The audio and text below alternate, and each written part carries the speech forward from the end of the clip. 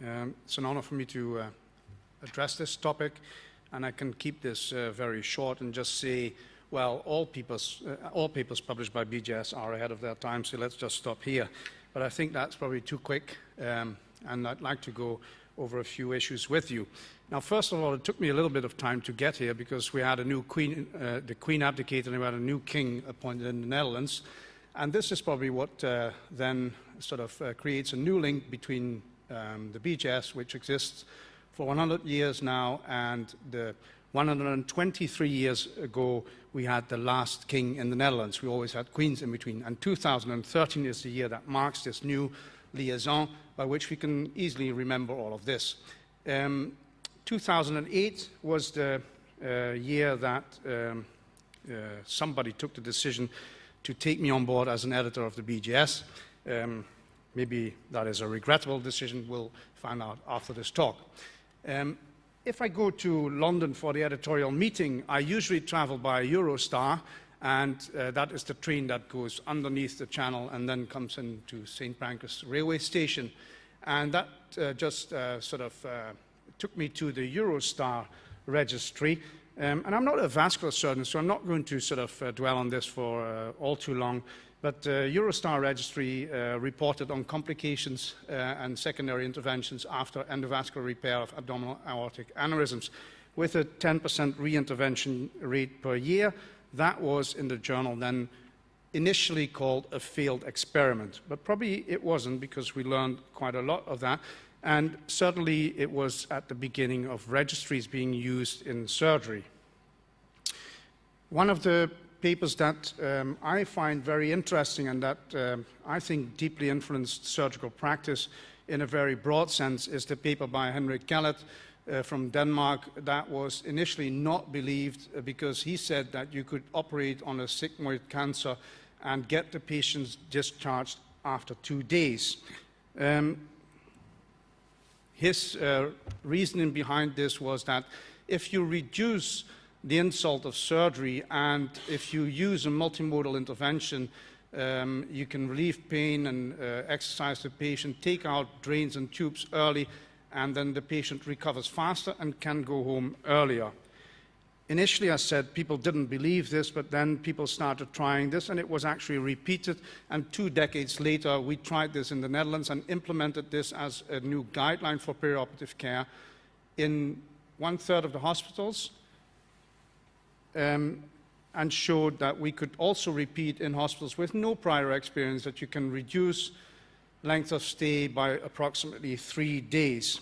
So apparently that works.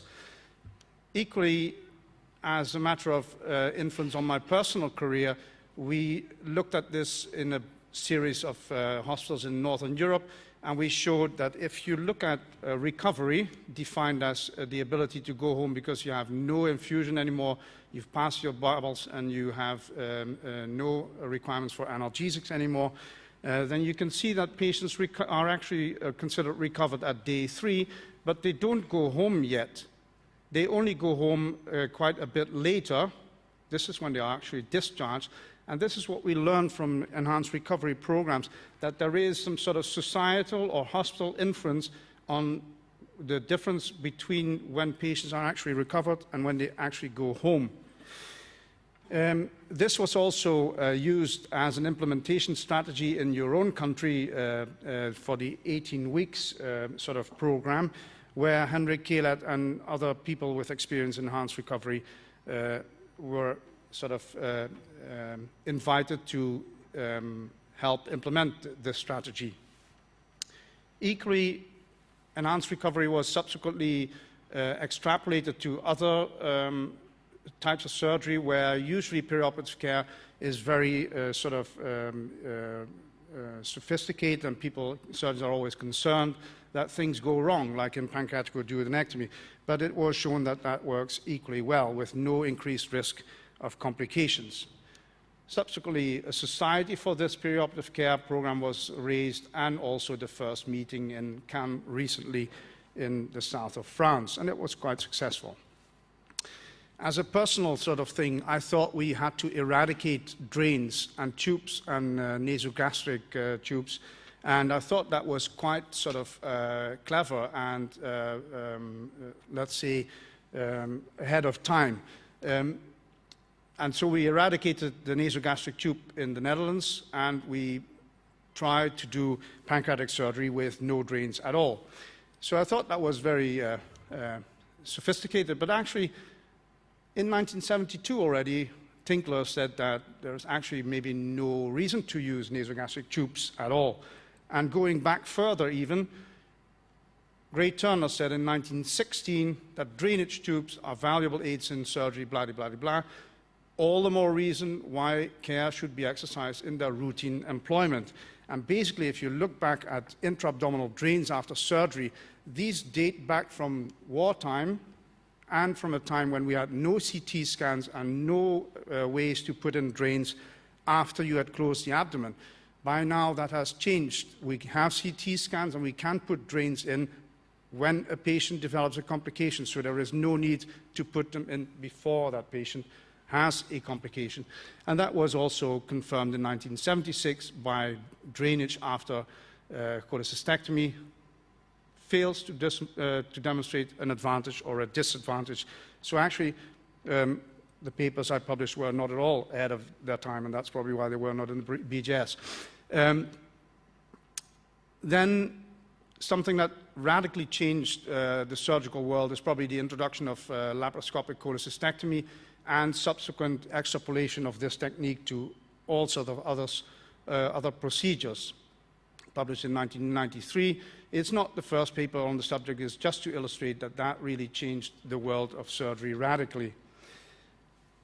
We currently often think that so-called patient-reported outcomes are very modern, but they actually aren't, because here's a survey from 1979,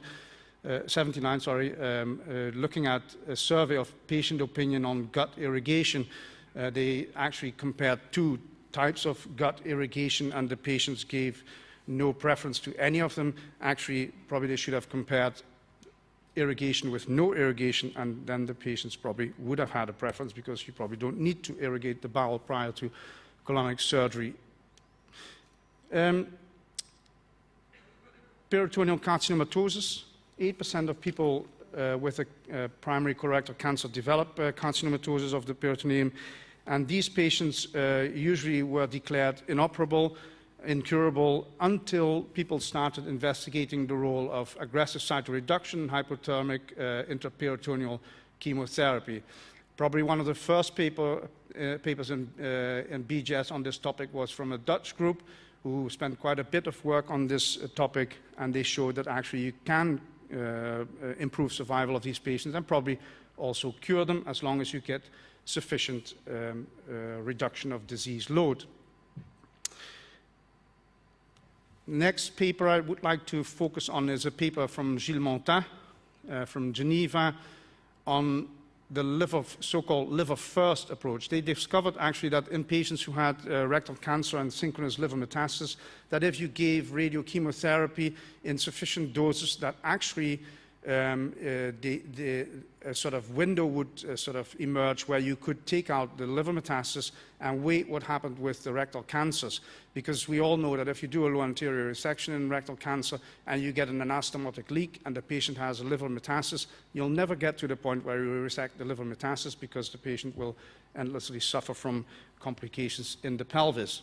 So they reversed the sequence, and then actually by doing the liver resection first, they discovered that in due time the rectal cancer disappeared.